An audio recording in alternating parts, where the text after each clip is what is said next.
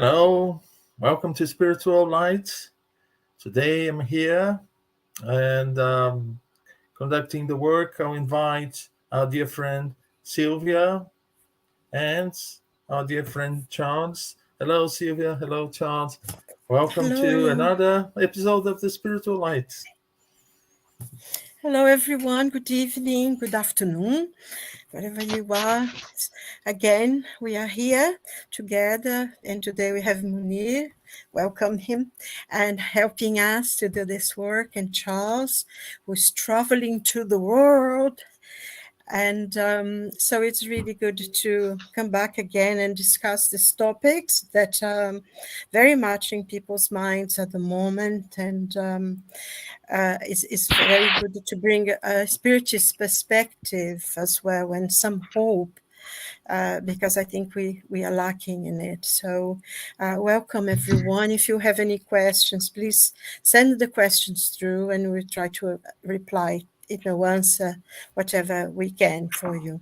So good evening, and let's have a good meeting today, full of hope and peace.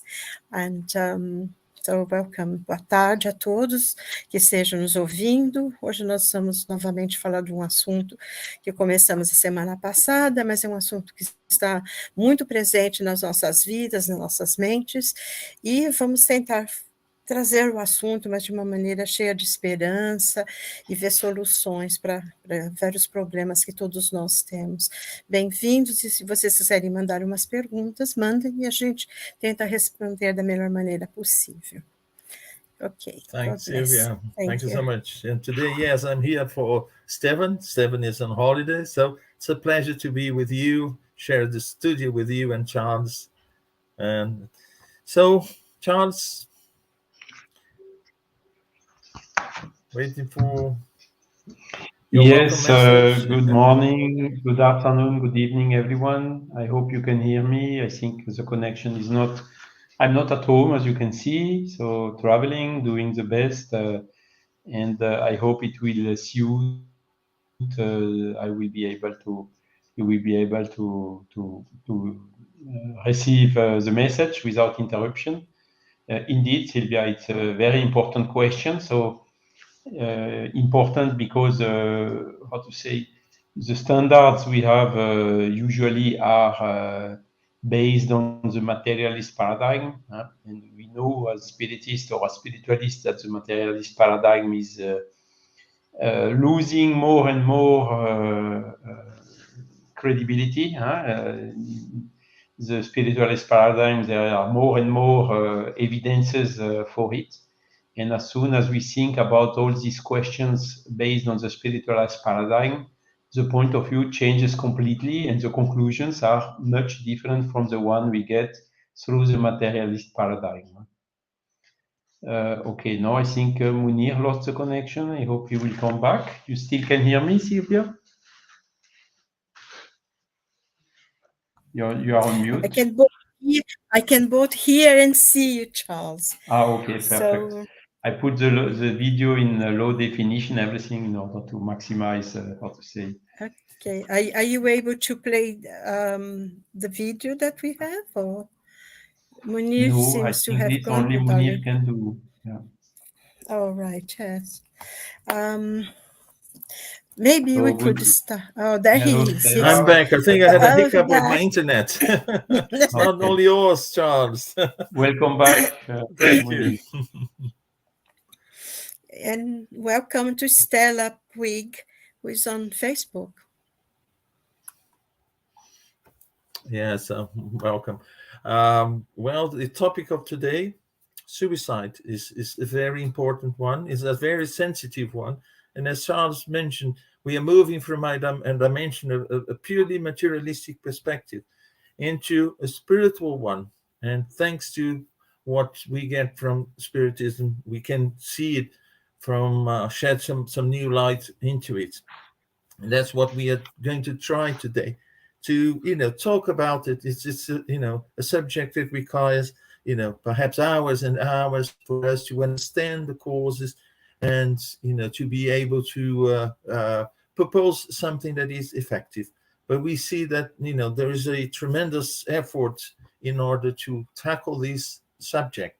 I brought here a definition. I liked it very much about suicide. Suicide is defined as the action by which someone intentionally ends their own life. It is an exclusively human act, and it is present in all cultures. So it was not just, in one or two cultures, but basically, in every country here around the world, we will find suicide as a problem. And despite culture, despite background, financial background, we see that it is a problem. And we see also that from the point of view of the Spiritist doctrine, suicide is considered a crime and consists of everything that is done consciously to hasten the extinction of vital forces. So suicide is not seen only from that perspective of an act at the moment of despair, but something that we intentionally do to ourselves over a longer period of time. So it becomes something chronic and not just something acute where, you have a problem and out of, desperation, you just kill yourself. And it is always a lack of resignation and submission to the Creator's will, becoming a transgression of a divine law. So we move into the Spiritist perspective of suicide. So I want to open to Silvia and Charles, to hear what they have to say. If they agree, if they don't agree, there's something else that we could add to this definition. So one thing we can ask ourselves is the following: what is leading a person to commit a suicide? There can be several reasons. The main reason is when the person has big difficulties, or depression, or pain, whether it's mental pain or physical pain. And the person often is committing suicide. Not the person who is committing suicide does not want to finish with the life. He wants to finish with the pain or with the suffering. So this is one, not the only motivation leading a person to commit suicide. So the thing is, again, when we commit suicide, for a materialist, we put us in a box, bury it somewhere, or burn it in a crematorium, and then it's finished, nothing anymore. But we know, as with the spiritualist paradigm, that the soul is immortal. The soul does not die. And by committing a suicide, we are destroying the physical body, but not the soul. And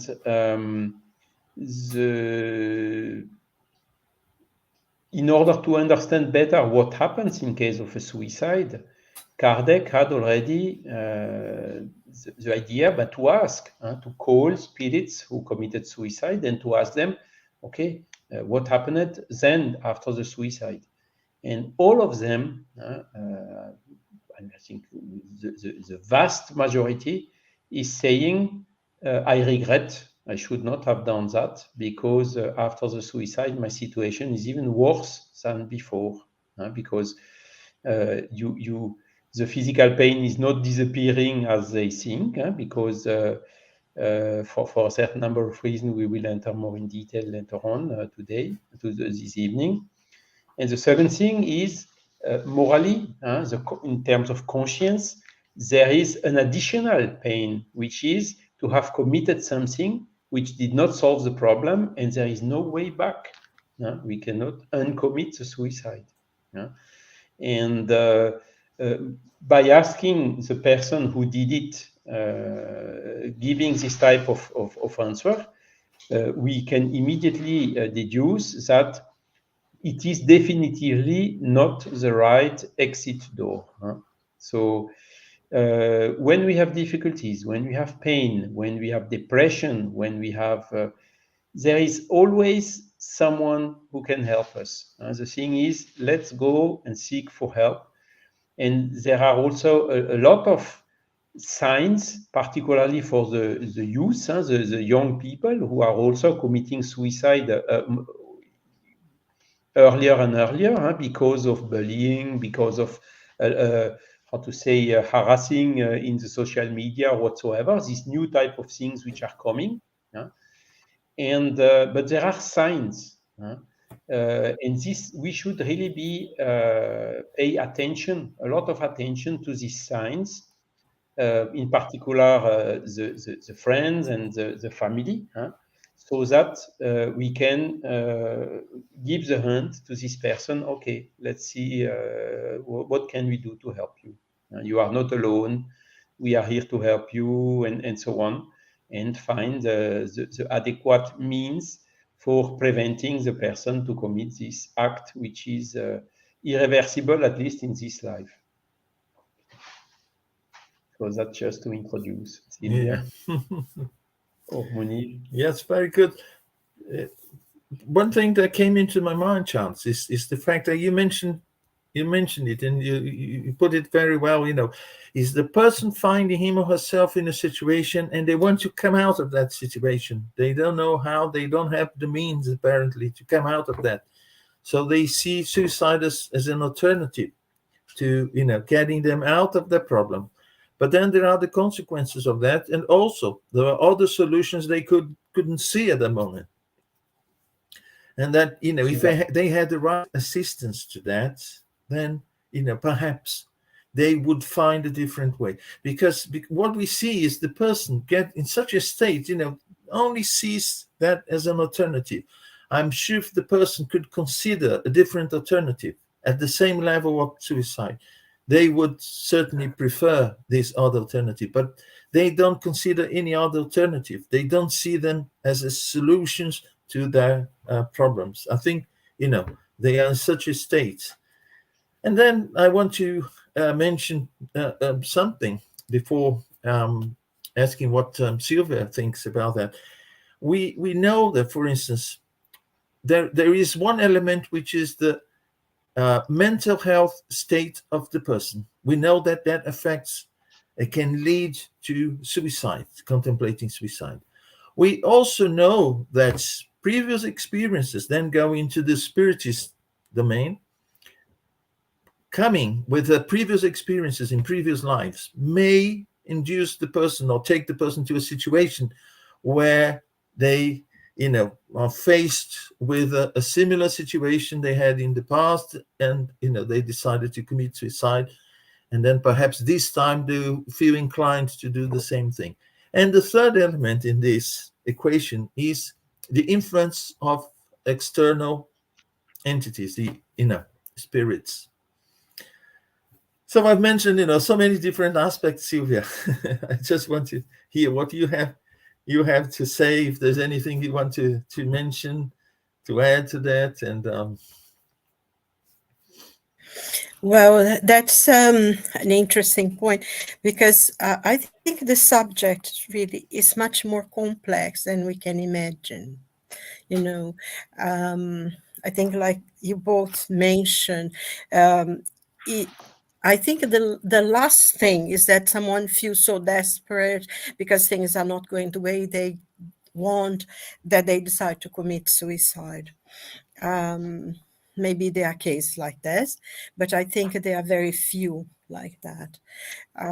It's one thing that sometimes we think, oh, but we can see a different end. We can see a different way. What can we do? But I think when the person gets into that frame of mind of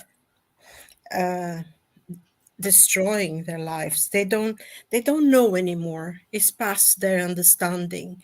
It's this black hole, and you don't see way down or up or sideways. And before the person sometimes will take an action that they don't really know what they're doing most of the time. I think so. It's very, very difficult to judge what could they decide. But I think the points that you made, when we have, and in Spiritism we do taking in consideration spiritual influence, background of the person, maybe an previous existence in which they, for one reason or another, that was the way they died. And it's, there are so many other and things in this. We don't know the situation that the person is living. Sometimes, they're in great state of abuse, mental and everything. But I would like to remind someone of a point that Charles made last week, which was really very, very important, is that even though someone goes to the point of taking their own lives, which is the worst thing we can do for ourselves, to ourselves, but there is always hope. The fact that, of course, there'll be difficulties. We will have to face the difficulties. There is no denying it. But God is merciful. I think I heard this weekend someone saying, "You do not stop being a God's child. God will not going to punish you or anything," which we know that God never does. God never really punishes us. It's our own understanding of the things we've done that we call upon us, to feel that we've done wrong. And I think that's very, very important point that Charles reminded us, that there is hope for everyone. No one will be lost forever or in sin, or because I think one of the points that there are many religions that when someone actually had gone through an act of suicide, they would not be allowed to be buried in a consecrated ground, as they say.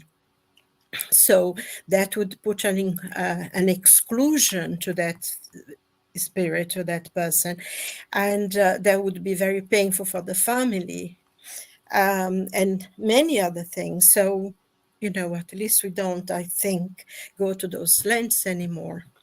Of not being saved or that, but there are still some religions who do that. So in Spiritism, we accept and we know, because the spirits has taught us, that there is redemption, there is a coming out of this. And I think, like Charles pointed out, and in the books we see heaven and hell and everything, how Kardec brought those things forward, and how from every one of them, once they realized what they did, they regretted it. They didn't see an end, but there are many signs. I think you or Charles mentioned today that there are signs there, and there are phrases like, "Oh, I'm really tired of this. I don't know if I can continue." Just phrases that are thrown out into the air. And, "Oh, I'm so tired of this life, I wish it would end." Or there are little things that are thrown out, and sometimes we don't take in. We don't, we dismiss it, or we don't listen to it. So this is very, very important, because I think I was talking about this weekend. I just want to bring a little bit of a statistic. I won't be long, I promise you. That the World Health Organization estimated that between 700,000 to 800,000 people commit suicide every year. I mean, it's almost unbelievable, the amount of people. And from this, quite a lot of them are very young, and also some of them are men, and of course people with mental health.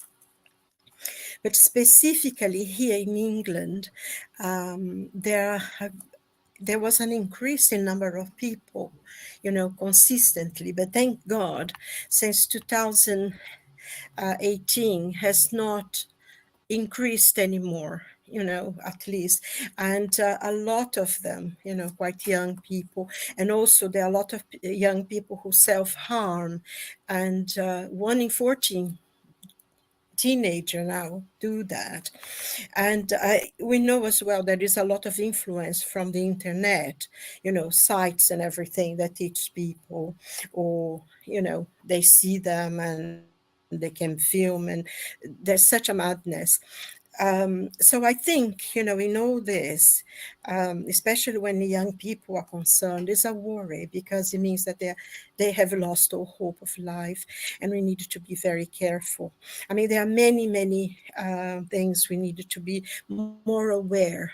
I think if we go back to the teachings of Jesus and love yourself, love others as yourself, if we become a little more aware of the people around us, what they are saying to us, sometimes you feel a kind of desperations in people, just listen to them, see what they are saying, and try to bring them out of whatever is going on with them, and try to bring them some hope. And I think to be more kind to each other would not solve the problem completely, but at least would make us more aware of what people are going through. And we know that the situation in the world nowadays is very hard. A lot of problems, everything that's going on, even in Morocco, in Libya. I mean, I was thinking Libya having flooding. What's going on? Whenever I think of Libya, I always think about a desert, and now people are dying because the place is flooded. So there is a lot of unemployment. Every day in the news we hear there are so many shops closing down, so many companies closing down, and all these people getting unemployed, and they worry about their children and their family, and this becomes, people become very vulnerable. So we need to be aware of it, and in as much as possible help if we can, but also with our prayers. I think those of us who accept that there is a being beyond us, higher than us, and we believe that prayer helps, I think we should really do it. We should pray. Sorry if I went too long in the tangent, but it's a very extensive subject. I'll give you a chance now. I just want to say hello to Stella Puig and Marco Davis. They left their hellos here for us. Silvia mentioned something very important. We bring with us these, some of us stronger than others, but this idea that God will punish us. So we've committed these acts, and we are going to suffer from that forever. And you reminded us very well that there's no punishment. God is always love. God is, according to what we do, He's always finding the best way to recover us, to take us out of that situation. Of course, the process is not, easy, and it requires some effort. We see not only in terms of, our mental condition, but also in physical terms. Charles mentioned at the very beginning, from the spiritual side, we know that there are energies involved. We know that we were prepared to, have a number of years with the physical body, and if we cut that short, it's like trying to cut a wire with a high voltage in it before you switch it off. So there are consequences. There are not just moral or mental consequences. They are actually physical consequences, because you are still enjoying a physical body, and there is a relation between our spiritual body and the physical body, and the amount of energy that we have circulating in that. So we have physical phenomena taking place that causes suffering for those who commit suicide, but it's not an intentional suffering. It's not punishment. It's like the pain from a cut without getting the anesthetics before. If you cut yourself without the anesthetics, it's going to hurt a lot. So that's why you are giving something to prevent it. And suicide is more or less like that from this physical aspect. And you mentioned also from the World Health Organization, 700,000 to 800,000 people die due to suicide every year. I also want to bring something that for every suicide, there are many more attempts of suicide, many more. So these are people who wanted to commit it, but the act failed for some reason. They didn't know how to do it, or someone came at the last minute and rescued them from that situation, which shows us that the problem is even bigger, not just those who succeed. And the age range between 15, 14, perhaps now even earlier than that, 10 until the late 30s, is the period where there's a greater number of suicide.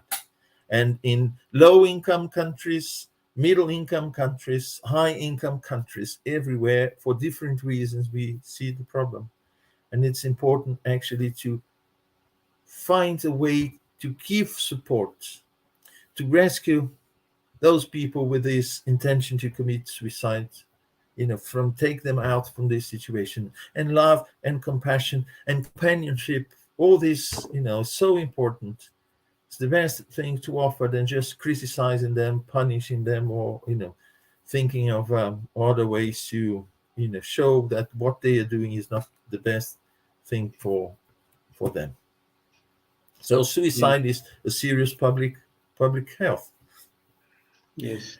And to just to build on what you just said, Munir, I think the first aspect is this physical effect, as you told. Of course, when we tell physical, it is physical on the term of the physical body, which has been destroyed, and also on the spiritual body, because the spirit is body of knowledge, teaches us that in mankind we have three things. There is a physical body, everybody knows.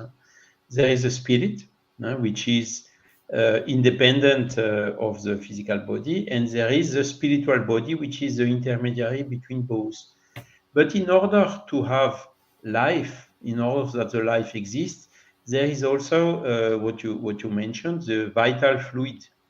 And the vital fluid is like fuel. You for the car, you have the driver, which is maybe the spirit. You have the car itself, which is the body. But you need also some fuel, otherwise the car is not working.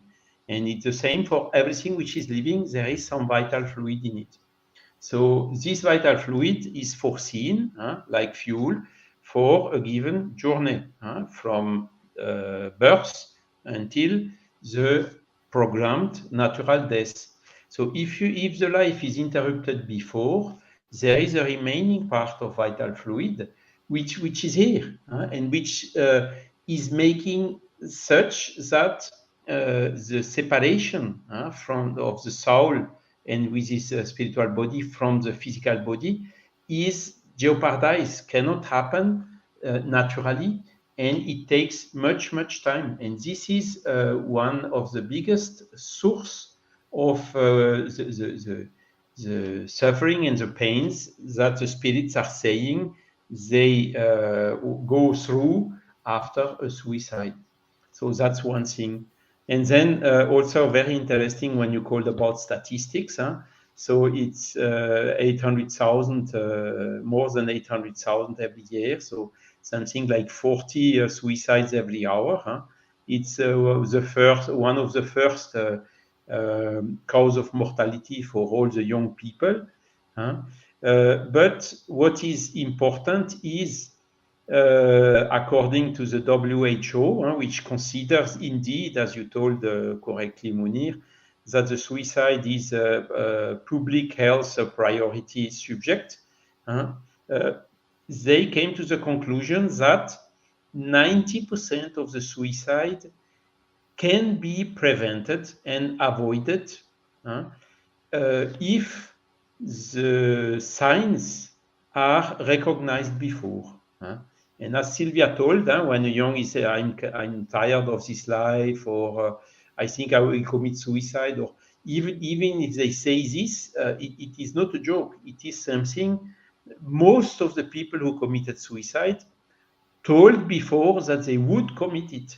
Okay, so it is something that on which we have to pay a lot of attention to it in order to start acting, helping, trying to do whatever we can in order to help, to see identify what is the problem, and to work in order to help the person to solve the problem. And with this, we could avoid 90% of the suicide. So you see, 90% of 800,000, it's already 720,000.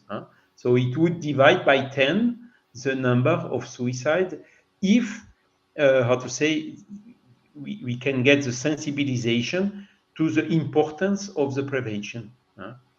The person doesn't want to finish with their life, but they want to finish with the suffering. Talk with someone, just give a hand. What can I do to help you? Because the majority of the people do not know with whom to talk about their problems.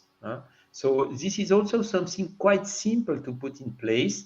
Look, if you have a problem, here is a free call number, whatever, or also within the family and the friends, they have a key role in all this. And also to sensibilize all the humans that there are some difficulties we cannot solve alone. So it is acceptable, it is even good and necessary to ask for help. And by asking for help and getting some help, for sure, this is also another key aspect in order to prevent the suicide. Voilà. So it's a question of engagement of friends, person from the family or whatever. Just take a minute, just talk with them, just try to do the best you can in order to give a little bit comfort for them, because we can really avoid this fatal issue for a lot of them.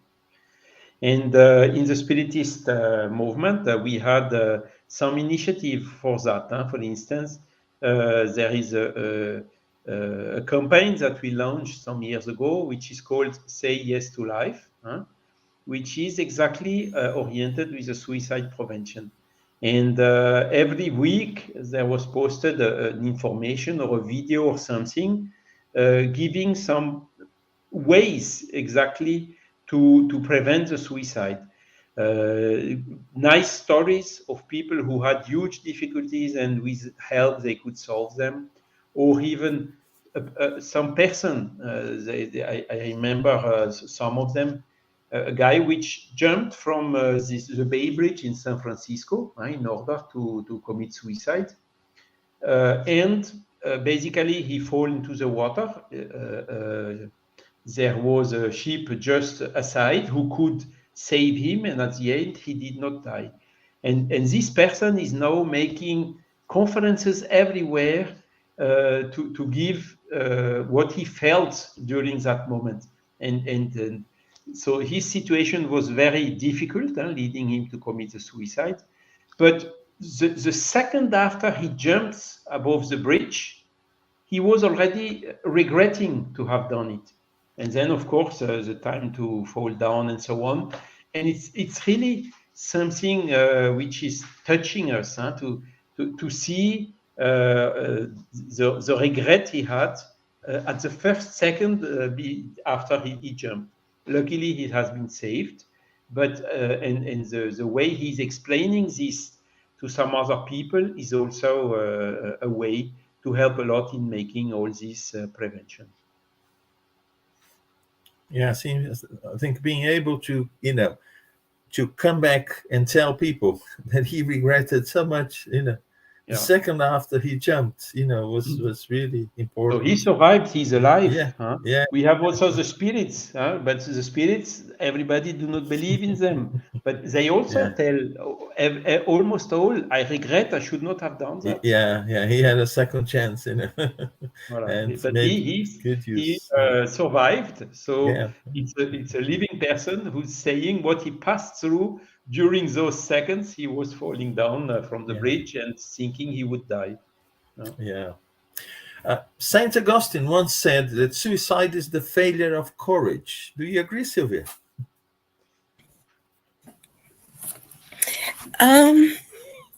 Well, it's is the failure of courage? I don't know, because it could be, but on the other hand, thinking in the perspective sometimes of the person, because I think our love for life is very strong. You know, we read in the Spirit's book that God has given us a determination to survive at all costs. And, you know, sometimes we see, and I think, like the point that Charles said, we don't want it to die. We just wanted to stop whatever problem we are having. So I think when the person gets into that frame of mind, they are completely blinded to anything and everything. So it's beyond courage, it's beyond thinking.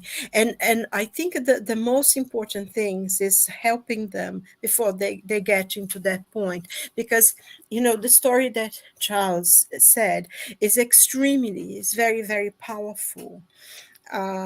Because a person survived and was able to see what it happened, you know, what was, and now he's trying to help other people. But I think it's very, I'm not know the statistic, but it's very common that a person, once they tried, they will try again and again, and sometimes until they succeed, even more than once or twice afterwards. So it's I don't think you can just give this definition, if you see what I mean. Everything is a little bit of this and that. Too But it's the simplistic, isn't problem. it? Exactly, yes. I mean, Yeah. do you know, it's interesting. I was just thinking, sitting here and thinking that one of the things that we have now, we're very isolated. We have isolated even within our families. I know people who communicate within their own homes by text. When the mother's in the kitchen, the person is in their own room, because they, I don't know if I'm an old-fashioned person, but in my home, we had to sit at table and everybody together, and no one was there, oh, I'm going to do this. Everybody had to wait, no eating fast to get out. You had to stay. But now we're very isolated. We don't seem, all the friends are on Facebook or are on WhatsApp, or, I mean, there are so many media now. I don't, I'm an old fashioned. I don't know all this TikToks and Instagram and God knows how many things. And everybody seems to be in it, but not with anyone. And I think one of the problems was the breakdown of the family. And you see people in the bus or in the tube with small children. And if the child is a bit, crying or doing something, they give them the phone. Or they keep shh, shh, shh, be quiet, because they are on the phone and they cannot give any attention to this baby, this child that is telling them, oh, look, mommy, how beautiful that is, because the mother's too busy on the phone talking to God knows who. And I think this as well is one of the things that needed to change. We needed to drop our phones sometimes and our iPads and God knows what, and the phones now is on your arm, isn't it? So every time you're in your arm, like they're talking to people and they're looking at their arms. So, even as a grown-up sometimes can be annoying, because you're talking to someone and they're constantly going like this on their arms, So I think we needed to learn to be with people, because even within the families now, and I'm not criticizing because the families are different. That's not the problem. We can live very well, whatever way the family is composed. But if you have friends, if you are together, if one is watching for the other, and I think we're busy with their lives. We try, and I have to study and I have to do this. And I heard a story the other day. This boy, this baby, 5 years old, and the father wanted to do something, and he said, can we play? I said, oh, I'm studying now, I'm busy now, wait, and you can't say this to a 5-year-old child, that you have to wait like 3 hours, so anyway, he didn't, he went to play. But I don't think it happens anymore. I'm watching the telly, I'm reading the paper. And I think as parents, as family, anyway, because we are all family, even though, I don't have any children, but I see other people's children. You can give them attention. You can help them as well. I think this is one of the things we need to do as well, as a society as a whole, because also, I think one of the things, we have lost faith. We have lost God. We have lost spirituality. We are too clever now because we are too important. We don't need God anymore. God is such an idea, or you have divided God into mother God, godmother, godfather, completely, and things that you cannot associate it with. We cannot feel, that's something. And I think faith, spiritual, is not sort of a religion as such, but spirituality. See that we are part of something bigger, that we're not alone, we are not isolated, we are all connected, that there is, I think this is one of the problems as well, that people feel so isolated and alone. But also, I was just thinking, that very, very famous soliloquy, yes, of Hamlet, and to be or not to be, that's the question. And he's actually talking to himself, if he's going to kill himself or not. He's talking about the suffering of life and how unfair things are and how horrible everything that was around him. And we know, if you know the play, you know how terrible things were around him. And he was thinking, oh, but this death would be, but then, and he keeps thinking, oh, maybe it's just a dream, maybe it's just a sleep, a dream, and nothing more. But then he said, yes, but maybe it's not, maybe it's not. And death would be worse than what I'm having now, and I think it's so clever the way the play, the way he's talking to himself. And I think how many people don't go through that talk and opt not to, because I think if you start talking to yourself a little bit as well, yes, this is okay, or maybe I'm going to just sleep, maybe it will be even dreams, but but then, and then he says, death make us cowards of us all, because then we're not going to do it. And I think, people out there, talk to yourself a little bit, be two people, say, oh no, this is okay, and I think it would be helpful.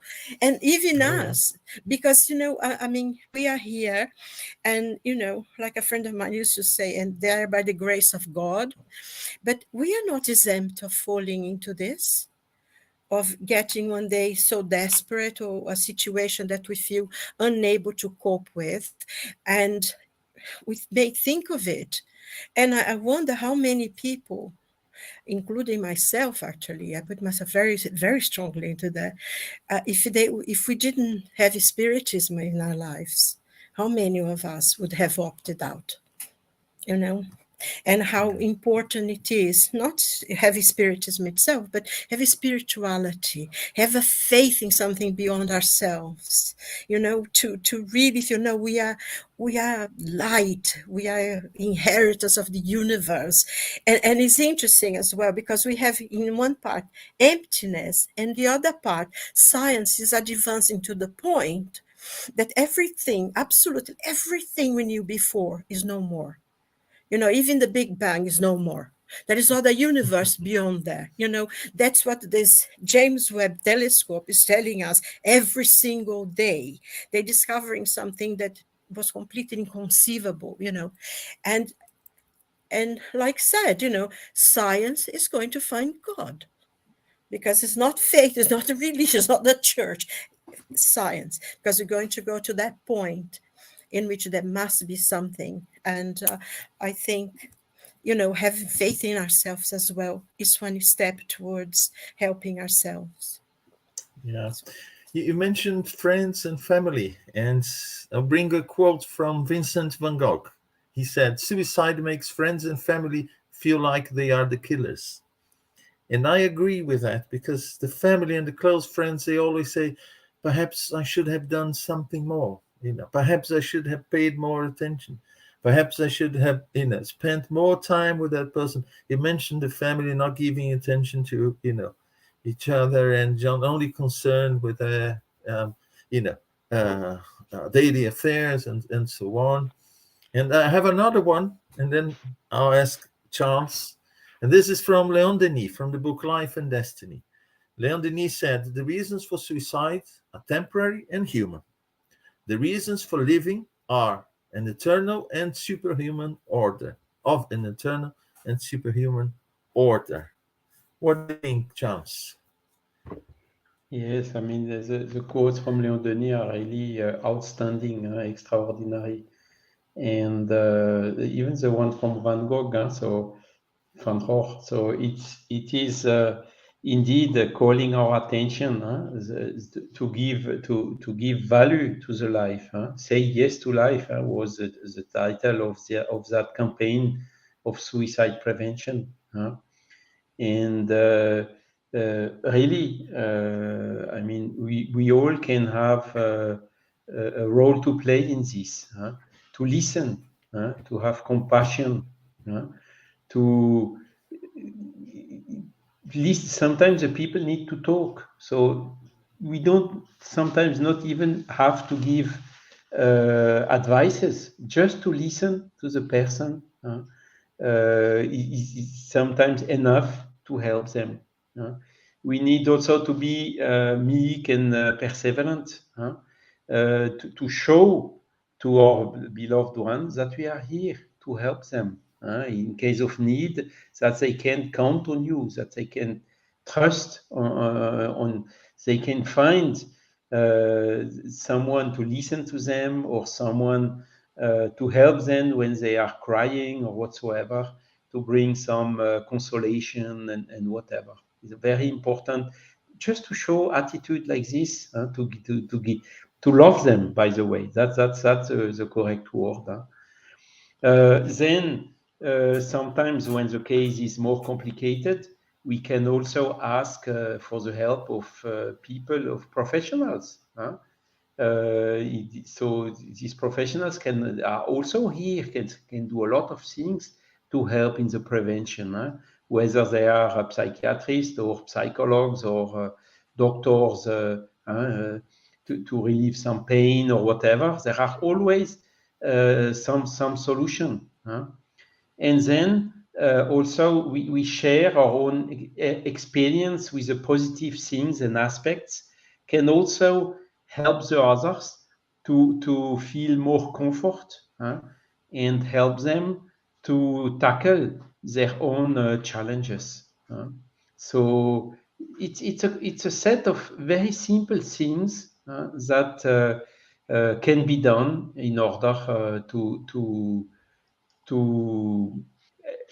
everyone can play a role in this, and that is, I think, important to understand.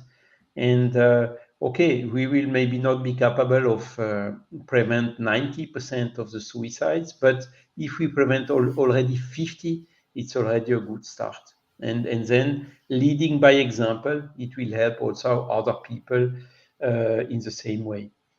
Then there is also another kind of suicide, which is assisted suicide. We didn't talk about it so much yet. The people, they say, I want to die with dignity. And also in the mediumistic meetings, so it did not exist that much, at least in these circumstances at the time of Kardec. But today we got already several messages from people who committed this assisted suicide, went to Switzerland or Belgium or whatever country is, how to say, allowing legally this type of practice. And it's the same. All of them, I wanted to finish with my life, and my life is not finished. You see, they come with even more problems than what they had when they had a terminal disease or whatsoever, or something serious, who led them to commit this assisted suicide. It's also not a good solution. We rather should develop more palliative cares to remove the pain, to make the life of the people at the end of the life with good dignity, with the best possible quality, because anticipating the return, it is assisted suicide, even if it's just by a couple of weeks or months or whatever, is also not a good solution, as we explained it before. So we talked a little bit about euthanasia last time, or abortion. We can maybe come back to this subject to enter more in detail, but the best always is let the life come to the natural end and do whatever you can for the betterment of the quality of life, particularly fighting against pain with all the necessary means that the science has available today, and also the presence, whether of the medical people or of the family people, to show and to demonstrate that even at the end of the life, the quality and the dignity of life is here and is worth to be lived. Yeah, you mentioned the help of medical professionals, and apparently some psychiatrists, they say they can prevent many cases of suicide with medication if they identify the tendency of the person to commit suicide, because it's not just I want to commit suicide out of the blue. The person already has some signs, depression, or low esteem or whatever, and that can be identified. And in many cases, medication will help, because take the person out of that mental condition that will allow the suicidal thoughts to take place and take over. And it's really, really interesting. So it's important to combine all the efforts possible, and also to to see what is there to help and whoever is in need. And just a comment about something that Silvia said, that everything is changing all the time. Science is saying, there was the Big Bang. No, the Big Bang was that during that period, but it was something else. And I think our lives today is more like riding a motorbike in the night, at night with no lights, a high speed. What you can see just a few centimeters in front of you. It creates an anxiety because things are changing, but you don't know what is further down the road. And having this spiritual perspective, believing in God, knowing that everything is going to be for our good, no matter what, and it's like seeing the road all the way, so you know what to expect next, and you're not caught by surprise. There is a question here, I think. Let me see. Yeah, I put it here from Michael Davis.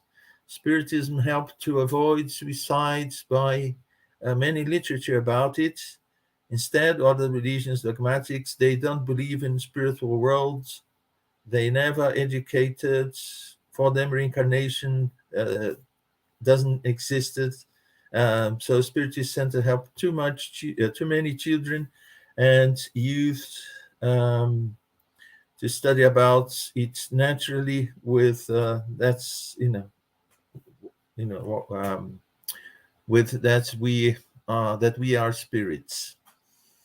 Yes, this spiritual side of us helps a lot, and that's what Leon Denis said. The reasons for us to be alive, to keep ourselves in this experience that we are having now, they are eternal and are of a superhuman order. They are spiritual order, whereas the problems that we have here are temporary.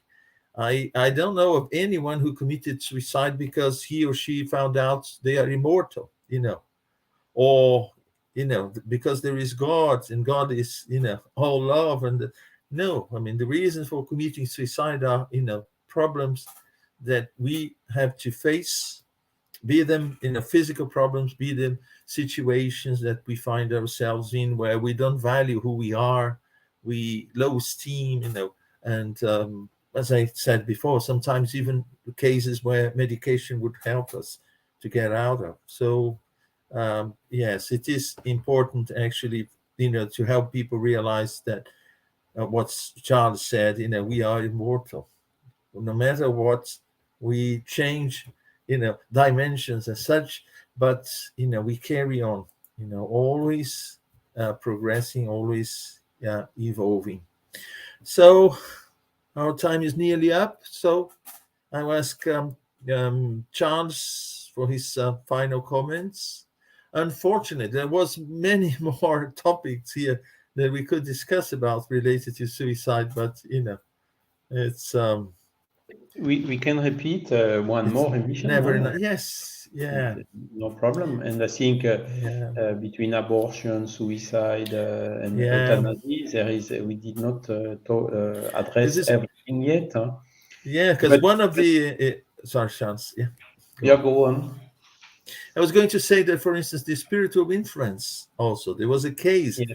by Carl Wickland, 30 Years Among the Dead. In his book, he talks about someone who was induced to commit suicide, and then but it's a topic for perhaps in and another. Edith Fiore as well. Yeah, Edith Fiore in her book, there are many cases, and we have a very extensive literature. Yeah. The There thing was I think. Sorry, Silvia, go on. No, I was just saying that Stella made a point that she's emotional. It's so emotional. Yes, it is a very emotional subject because it touches all of us, and being human means that we have quite a lot of difficulties and problems, and every now and then we face really very, very difficult things. But I think one thing to be reminded of is that everything passes, nothing lasts forever. And even the problems, they go by. Things that used to be very difficult, eventually we survive them, we overcome them. So it's very, very important for us to be courageous, and when we feel weaker, to ask for help. And like Charles said, maybe just talking to someone, or try to talk to yourself. Be like Hamlet, and so we everything goes, everything passes. Things pass, and we overcome them, and life is very precious. To wake up in the morning, see the light of the sun or the rain and everything. There is beauty in life. And as Charles and Munir said, and quoting Leon Denis, we are immortal beings. We don't die. We do not die. And so let's enjoy life while we're here on earth, because our life will continue afterwards. So just a final point. And also positive message, even if somebody did a suicide, there is a way out. It's spiritually, we have the reincarnation. Of course, it brings additional difficulties and problems, but the problems are solved. The literature of Ivone Pereira, for instance, coming from Brazil. I don't know if there are a lot translated into English, but it's Ivone Pereira committed suicide and had in their life as Ivone Pereira the mission in order to do all what she could in order to prevent. So already as a kind of to repair what she has done.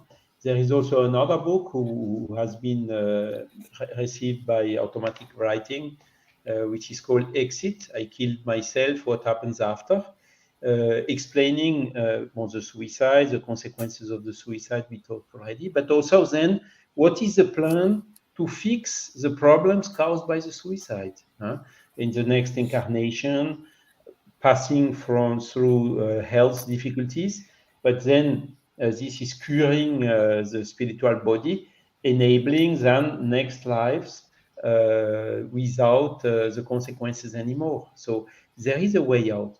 And the best way, if we have a beloved one who committed suicide, is to pray for him, to sing him good vibrations. He is in a difficult situation, but we can help a lot with our good vibrations. Never have condemned be always make prayer full of love. No problem, it will pass. I forgive you, and so on. Whatever we can do in order to help his situation is always, of course, welcome. Wonderful. Thank you very much to you both. I just want to add, Charles, that Divaldo Franco also committed suicide in the previous incarnation, and until today he's got some lung problems that they come back due to the way he died. He drowned himself, and he still brings some of these problems today that slowly will go away. So life goes on, and it'll be very nice when this present life finishes and we look back and say, I managed to overcome all the difficulties, so I can enjoy a new phase in my life, because that is over. But if we have to relearn, no problem. Let's just move forward with the joy, with hope and faith in God, that things will continue, and our efforts will have its rewards. So thank you both. Thank you to all those, Stella, Marco, and we also had here the Magical Solution for being here with us. And see you in our next Spiritual Light. And I think next week we will talk about assisted suicide and euthanasia more in detail. Okay. Yeah.